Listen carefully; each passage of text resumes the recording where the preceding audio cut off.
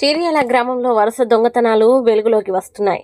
ఒకే నెలలో 5 దొంగతనాలు, అమ్మవారి ఆలయంలో దొంగతనం, 3 రోజుల కిందట లారీ బైకుల దొంగతనం, నిన్న రాత్రి ఒకే రోజు 3 బైకుల దొంగతనం. మేడ్చల్ జిల్లా కీసర పోలీస్ స్టేషన్ పరిధిలో చేర్యాల గ్రామంలో ఎంఎల్ఆర్ కాలనీలో దొంగల బీభత్సవం.